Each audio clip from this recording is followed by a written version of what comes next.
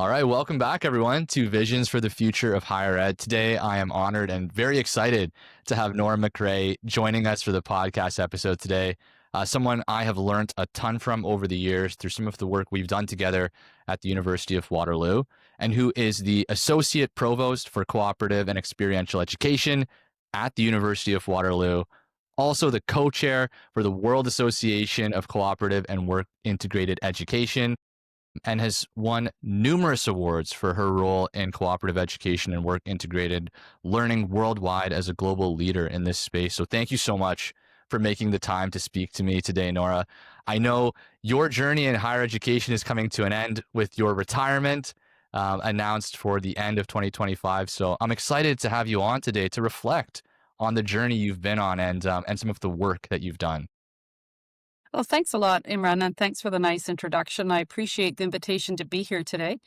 Yeah, that's right. I've been in higher ed since 1989, I guess, really, because I started at the University of Alberta, then I was at University of Victoria, and then finishing my career in a wonderful way at the University of Waterloo. But that being said, I'll still be involved in the World Association, so that work will continue post-retirement from Waterloo. But it's been a very interesting journey, and I feel extremely privileged because things are changing a lot in higher ed right now.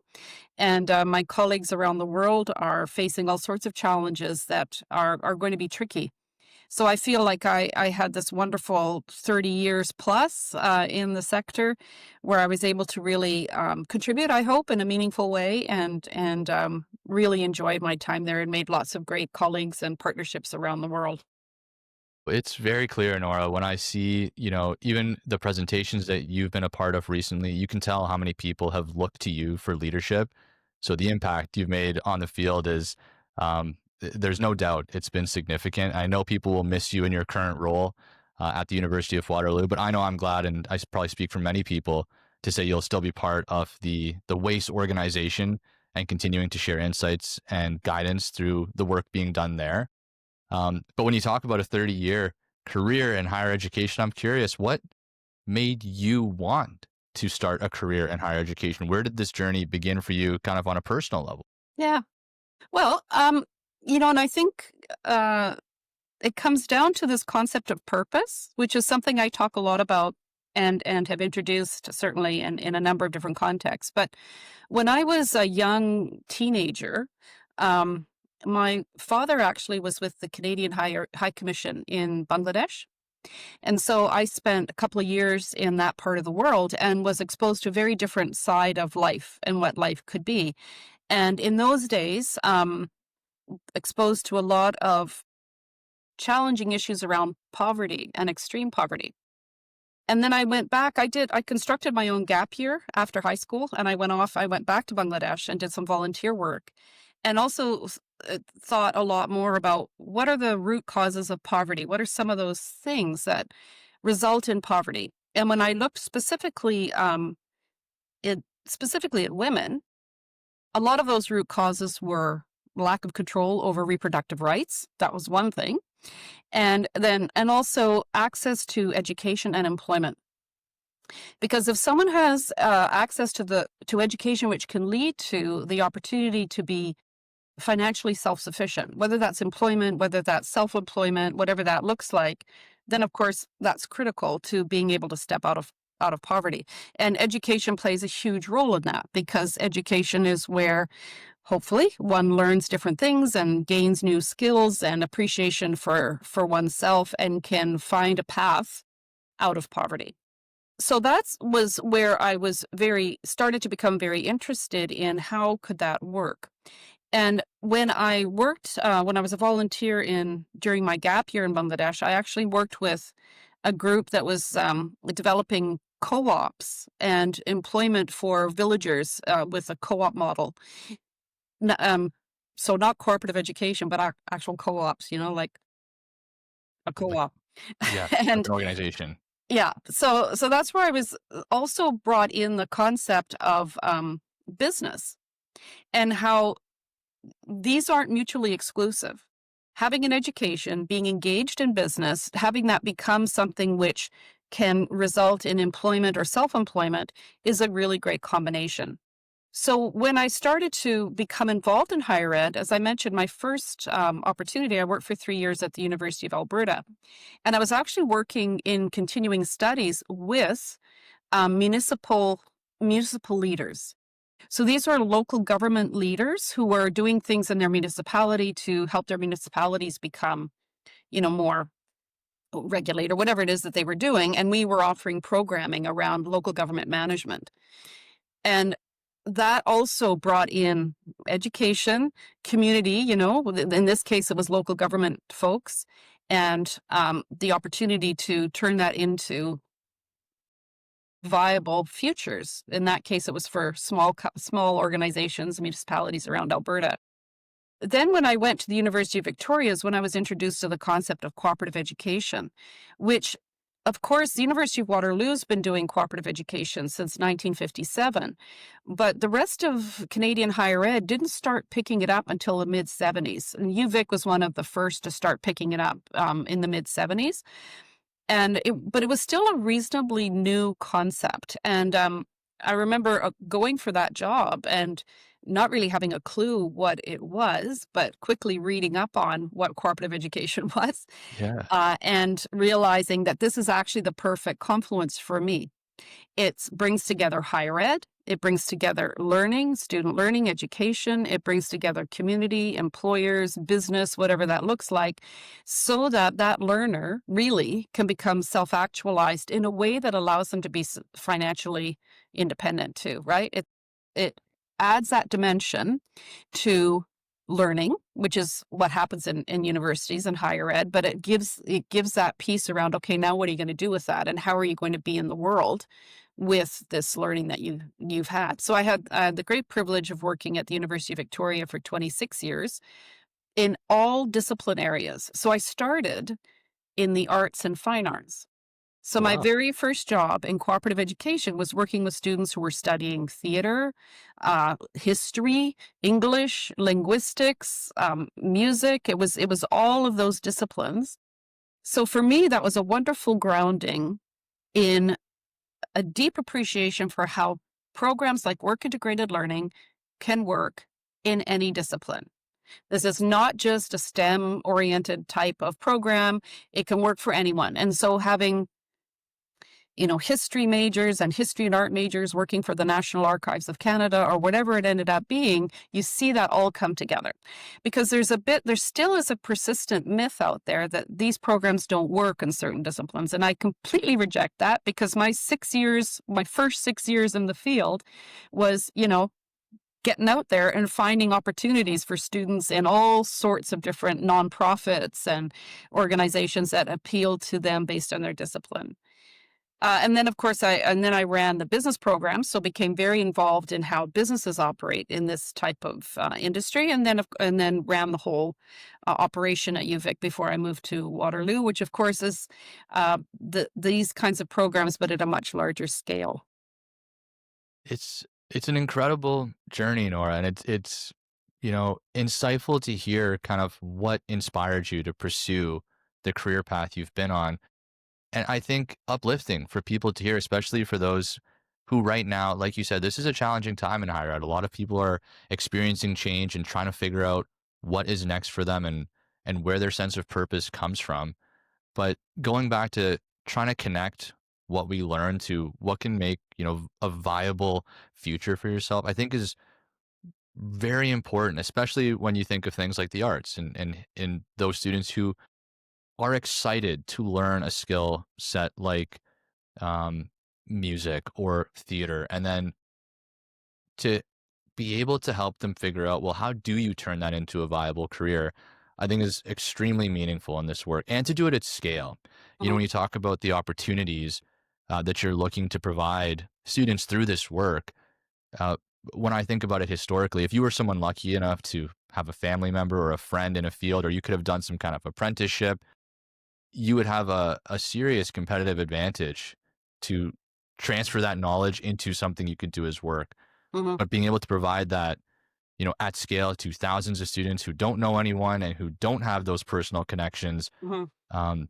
is life changing to be able to provide those opportunities. So, not only, do I think this work has meant a lot to the people in the field, but to those who have had the opportunity to come through these programs, Nora. It's very lucky to have people recognize that need and contribute, a way to turn those passions and skills into viable work opportunities. And so, over the years, as you've seen this work evolve, um, what do you think makes some of these programs successful? And like you said, Waterloo has done this for a long time, but there are still schools trying to figure out how to create these opportunities for students. What have you noticed makes it easier to form these industry partnerships and provide these opportunities for students? Yeah. Oh, that's a complex question. Well, because it takes a lot, of course. There's sometimes a misconception that you can run work integrated learning or co-op programs off the side of the desk. There are lots and lots of institutions around the world that have shoulder tapped some faculty members and have said, "Make it so." And it's really unfair to everybody, actually, because it's complicated work, requires resources, requires strategic vision from the top and leadership from the top. So I've been fortunate in my career that the leaders that I have had, when I started at the University of Victoria, the director at the time who hired me was one of the founders of the National Association, for example. For example, his name was Dr. Graham Branton, and he was a really visionary leader. So I got to start my career with someone who was deeply committed and, the tone from the top, right? And had that to imprint on. And often throughout my career, often I would say to myself, what would Graham do in this circumstance? So I think that's important. Leadership is important. And it can't just be fobbed off on junior staff because you think you need to do it as an organization, but you don't know how to do it. And you're actually not committing to it. And by committing to it, you put your money where your mouth is. That's key. And we don't often see that. So that's one part of it.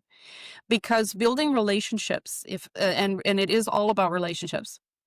It's relationships with within the academic community, because this work has to fit with what the academic learning goals are for a program. So there's got to be that synergy. There are partnerships with industry and community, and our industry and community partners are stressed as well. They're not that interested in having a bunch of people phone them up and say, "Hey, could we dump 20 students on your lap?" They have other things to do and other priorities, and it has to be worth their while too. So there has to be a relationship there where there's an understanding and appreciation of the needs of that organization, plus what your students can offer and the value that they can offer. And then it's a relationship with students. If you don't have students engaging, then you don't have much of a program. And, the bringing a horse, you can't make a horse drink, even though you bring them to water, right? So how do you do that in a really authentic way? Because it's easy in this day and age for people to be very disillusioned and cynical, and this work requires a certain amount of openness and curiosity and willingness. And one of the challenges, actually, of programs like work integrated learning and co-op is it can often put people really out of their comfort zone. So you're throwing students into an environment that's very different than a classroom. When you're in a classroom, here's the syllabus. This is what you need to do to get an A. Just do that, you'll get an A. It doesn't work like that in workplaces. And so you often see the students who are very strong in a classroom, maybe not succeeding in a workplace because you have to show up differently. And that can be very stressful and very unsettling for someone who perhaps has studied their whole lives and is an exemplar student, then to go into this kind of situation. The same thing applies to faculty members who try to build experiential learning into their courses. There are so many unknowns and things that can be unpredictable that if you're a faculty member, if you have a very straightforward course that you're offering, and here are the readings, here's what you need to do, here's how it's all going to play out, then it's very, very clear. You start to add experiential learning or work integrated learning or something like that into the course, and all of a sudden things are not as predictable. And back to how students experience things, it may not be as great for the students as you had hoped. And then that affects faculty ratings. It affects grade point averages. It starts to affect things where faculty are assessed. So this comes back to leadership. So if there's strategic vision in the institution for doing this work, then they look at, there should be a looking at how faculty are assessed. How are they rewarded for doing this? Are you using the same old metrics? Are you trying something different? And how are students encouraged? And how is the institution showing up in the community?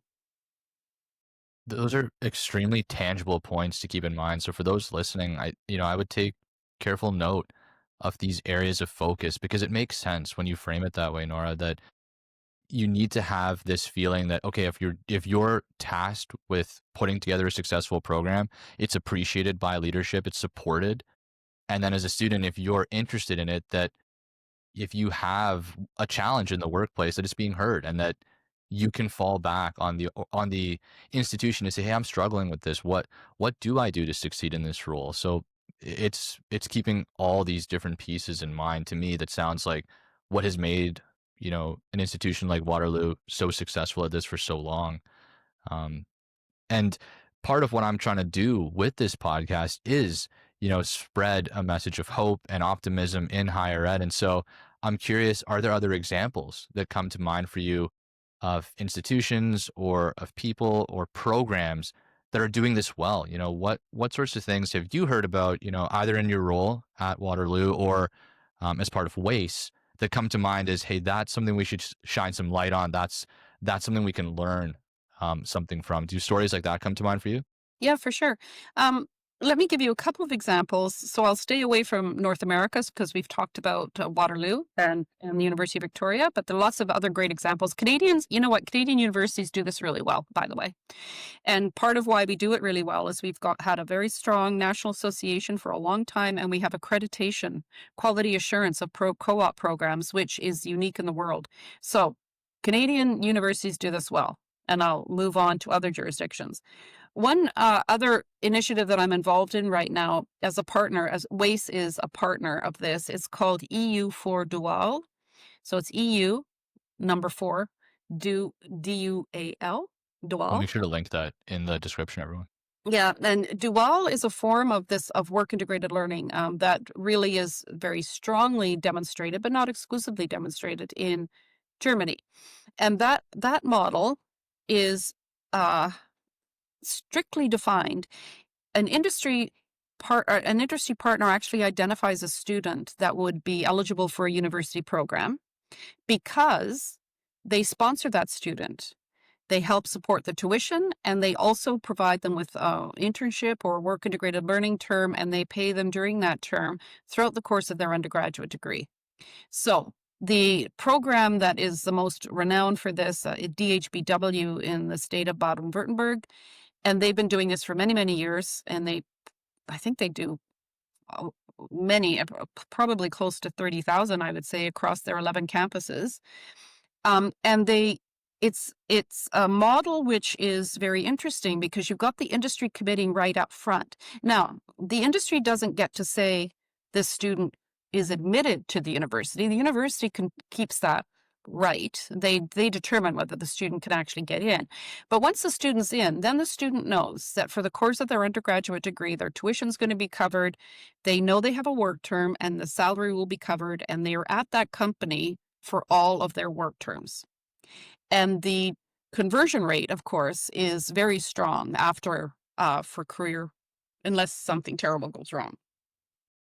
Now, that is a model that is really interesting and a very, very strong partnership with industry, much stronger than I would say we have in North America because industry is much more involved in the admission process of students and also in the curricular process, which is something that, Mhm. you know, we may or may not like. But anyhow, Right. so this consortium, this EU4 Dual consortium is made up of 9 countries who are all trying to see if they can bring in Dual or a form, maybe a modified form of the model I just described within their countries, and then create a university, a singular university where students could move back and forth, to do a couple of years in this country, a couple of years here, have this dual component, this work internship component, and educational consistency so that they can move more fluidly.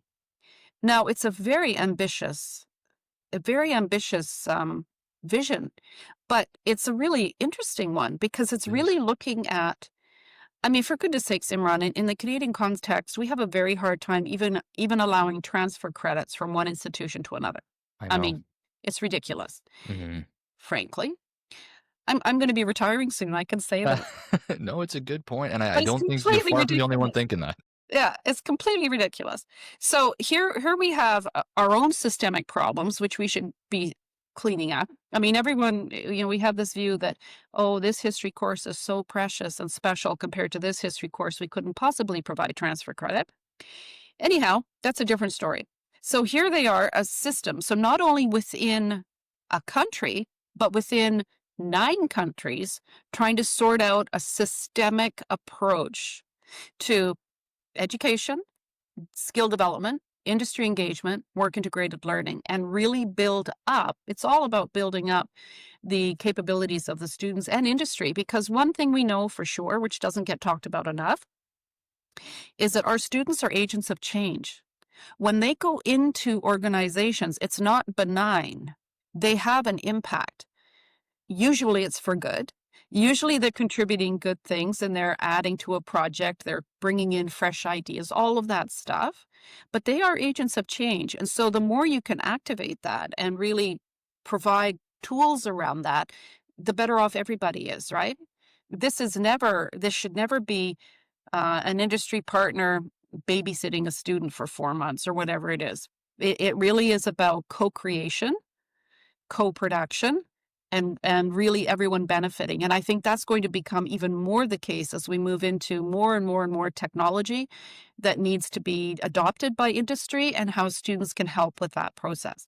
So EU4 Dual is a really interesting example of them taking a model and trying to make it part of a larger system. I think nationally, a really interesting example to look at is Thailand. So you've got the Thai situation where actually one of the founders of cooperative education, in fact, not the, in fact, they call him the father of cooperative education, who has sadly passed away, but he came to Canada in the 1980s, saw co-op at Waterloo, saw co-op at the University of Victoria, and said, this is something that our students could benefit from, and brought it to Thailand. There's a very strong national association. Almost every university in Thailand has some form of co-op or internship going on now. And again, that's a system-wide approach. And in that case, instead of 9 nations, it's 1 nation, but it's a very, very strong system with excellent training and development for practitioners and supports for students and government engagement. So I would say where they are very strong in Thailand is a very strong engagement with government and their Ministry of Education, and seeing this again as an educational model that helps with economic development and other goals and objectives that they have as a society. It makes a lot of sense. Those are really exciting examples to hear about. I don't often get a chance to hear about international stories like this, Nora. So thanks for sharing that perspective. And I'll make sure to link both examples in the description for those of you interested in learning more about those programs and reaching out to ask questions from the hopefully the folks involved to get some insights there. And these conversations always go quicker than I expect, Nora. I normally Yes. have a couple more minutes of your time here, but when you think about the future of higher ed and maybe what you hope to hear happen as you leave the field, are there things that you would be excited to hear about or that you hope start to happen um, in the future? Are there programs? Are there technologies? Are there initiatives that you hope blossom in the years to come? Whether it's to support cooperative education, work integrated learning, um, or new things that might be on the horizon. Do any hopes or visions for the future come to mind for you as you're in this transition phase yourself? Yeah. Well, I what I think about a lot, Imran, is what is the purpose of higher ed? And far too often, and still to this day, what's going on in our classrooms is content regurgitation. Mm, yes. And in the days, right now, as AI continues to take off and other technologies continue to take off, that just is not going to work. And if we don't figure that out, then I see higher ed in that form being increasingly redundant and irrelevant. So why would I, as a parent, spend that kind of money sending my kid to university when they can get that content probably in a better way uh, on their computer, faster, more effectively determined, with visuals? Like, why would I do it? So, in my mind, what higher ed needs to be moving more towards is away from content regurgitation and more towards building those human skills that we are going to need as a society if we have a hope of working with AI productively. So, what are those human skills? Everyone talks about that. It really is that critical thinking, that problem solving, that bringing that sense of purpose, that's bringing those sense of values to whatever the context is, so that we can use AI as a tool to help us get there. But if we don't know where the there is, then all of a sudden it's anyone's game, right? Or it's the game of those who maybe aren't getting places that are good for us, but it's good for them. So what do we need to do with this new generation? And I think it's about experiences, because it's through experiences, whether it's work integrated learning, experiential learning, there's a whole range of different experiences. Then individuals are reflecting and they're going back to what matters to them. What is their purpose? What is the impact they want to make? At the beginning of this conversation, I talked about poverty reduction. Well, that's not yours, that's not someone else's, but what is theirs, and how do we help them realize that? Maybe their impact that they want to make is they want our oceans to be cleaner. Okay, then, great. So there's a whole bunch of different programs. You don't have to be locked into this. There's a whole bunch of different programs where you can come at that problem. Here are a whole bunch of different experiences that help you understand that problem and also understand how you're going to show up in that problem. And that needs to be, I think, how we rethink higher ed. And that requires, that's easier said than done, let me tell you, because, yeah. But I think that if we want to continue to be viable and relevant, and a place where governments who are under a lot of pressure to spend their dollar, where governments say, yep, this is worth it. This is how we need to be thinking. And I do think, of course, in my own biased way, that doubling down on experiential forms of education, because then as a parent, you think, okay, well, if I send my kid to that school, yeah, they're going to learn good content. They're going to have access to this information, but they're going to have these experiences so that at the end of the day, they're going to come out with a strong sense of self, a strong sense of purpose, and a strong understanding of what to do next. And that's going to set them up for whatever the future throws at them. I think that is a really exciting vision for the future of higher ed, Nora. And I think that's going to energize people. I hope those listening I feel hopeful thinking about that future, because it really ties back to what you spoke about at the beginning, that there are multiple facets to, turning a passion into a viable future. And if you go in there being someone who wants to protect the oceans, and you get an opportunity to go through an experience that gives you insight into what that means, but also then get to see, well, what does that mean from a business perspective? And what does that mean from a government regulation perspective? And you see all these different other facets involved in that work.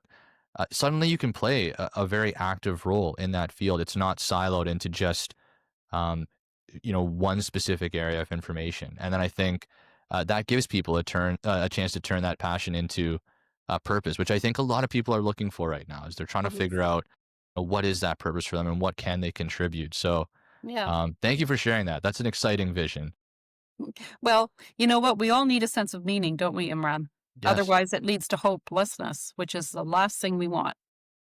And I couldn't agree more that I think it comes from experiences, and it's not always direct. Like you said, right? You might experience one thing and it makes you think about other things, but creating these opportunities to experience the wide variety of possibilities in this world, I think, uh, will give people a chance to think more deeply and more broadly about what that purpose is for them. So I couldn't agree more. I couldn't agree Great. more. And Yeah. thank you again for making time to speak with us, Nora, and for the work you've done for this field. I personally truly appreciate what I've learned from you, and I'm sure many others would feel the same way. And so thank you again.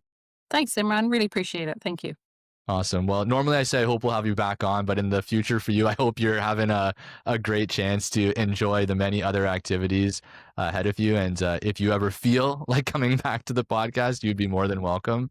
But for now, thank you so much for your time, and good luck in the next steps for your journey here, Nora.